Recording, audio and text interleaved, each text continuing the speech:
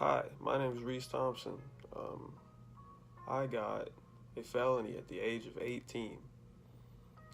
Um, I'm going to tell you how that changed my life. So, 18 years old, young kid. Um, I got in trouble. I was living a bad life, doing all this bad stuff. I moved out, um, started living in hotels. Um,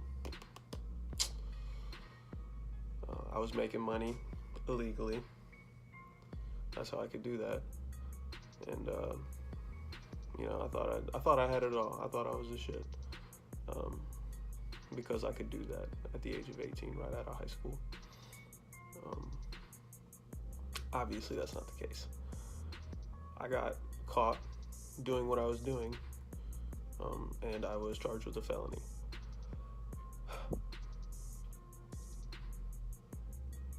It took 6 months for me to actually get charged from the day that I got arrested. So that was 6 months of, complete confusion and, being scared and trying to change everything. So when I finally got sentenced, I got 2 years of probation and I had to go through these classes. Now, these classes, what they did was they basically tried to teach you how not to be a criminal.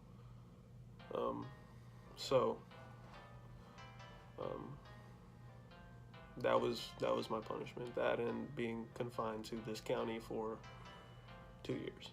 So these classes taught you how to fight addiction. That's what I had a problem with. That's why I was doing what I was doing, is because I was addicted.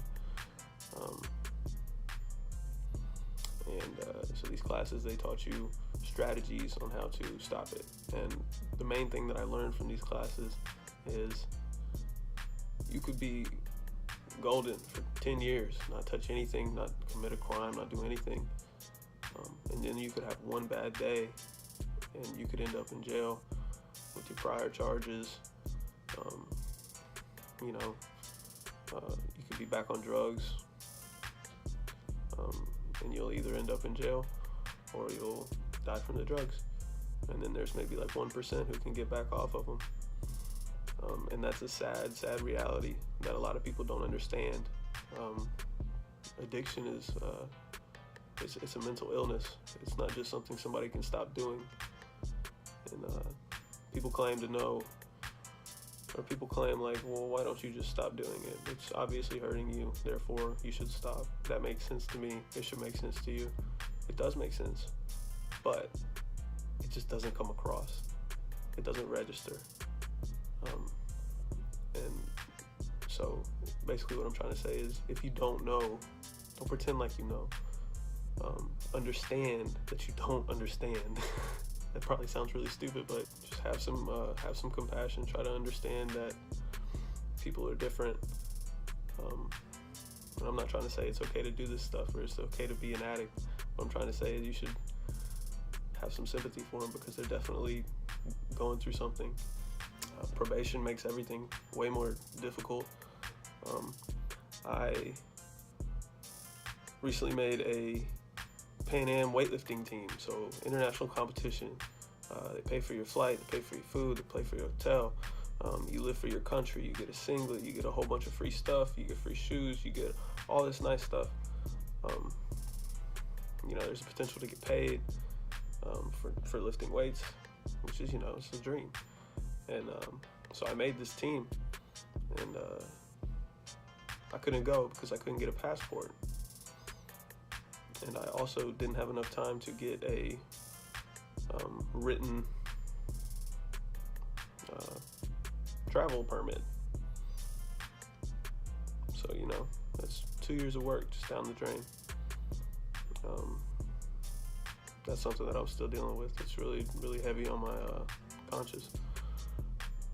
Not conscious, it's just really hard for me to deal with. That's something that's really hard for me to deal with right now, that I'm still going through. Just another consequence. So one of the hardest things for me was, and still is, dealing with like the emotional distress that I caused. So constantly feeling guilt.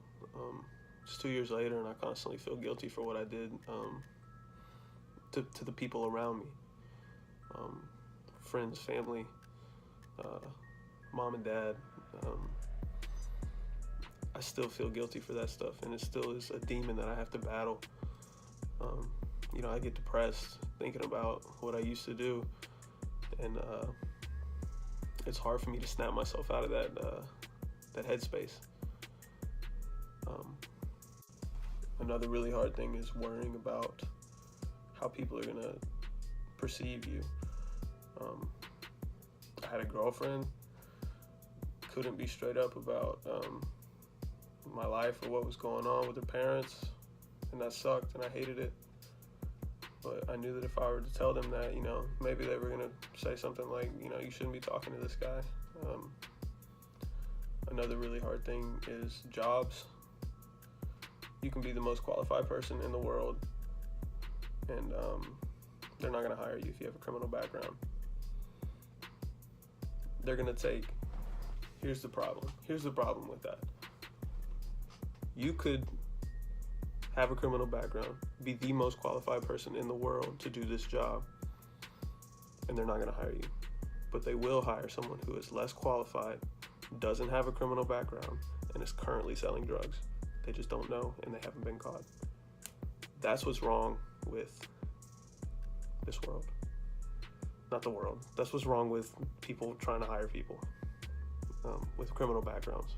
Another really hard thing is losing every friend that you have almost overnight. You do these bad things with these people, and you almost start to feel like family because you're doing the same bad things together, and you kind of give each other validation that it's okay. Like, oh, you're going through something, do this drug. And then it's like, oh, well, you're going through something too, so you should do it. Oh, well, why don't we just do it together? Yeah, let's suffer together. It's really stupid, but you start to build this bond. It's a very strong bond in the moment. It doesn't have any lasting, doesn't last. That's not what I'm trying to say. What I'm trying to say is it's a very strong emotional feeling while it's happening. So you lose that, and it feels like you have nothing. You're in trouble. You may be doing the right thing now, but you feel very lonely. You don't have anybody to talk to call up, to go do anything. That's something that I'm still dealing with, just simply because I don't trust anybody. I mean, I'm 20 years old now. What are the odds I go out and hang out with some 20-year-olds and some of them got some weed, some of them got some alcohol? I mean, like, it's not worth it to me to risk my freedom to go, I don't know, potentially make friends that may or may not last for a long time. And really one of the hardest things is trying to open yourself back up to the world, because you kind of feel like you need to stay isolated to stay out of trouble.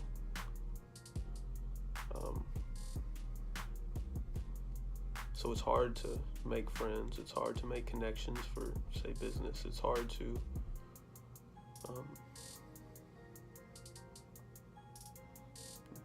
do a lot of things. So that's my story. I tell this. I'm telling people, I'm putting this video up so, hopefully people can hear my story and maybe have a little bit more compassion for some things that they don't really know about. Maybe it'll help somebody out who's in my situation, because, if I could have seen this when I first got in trouble, I think it would have helped me out. It gets better. It really does. As long as you're doing the right thing. If you fall back into it, you get what you deserve. If you get a second chance, you need to make it count. I'm really making this video to make myself feel better, but I know it's gonna help some people. So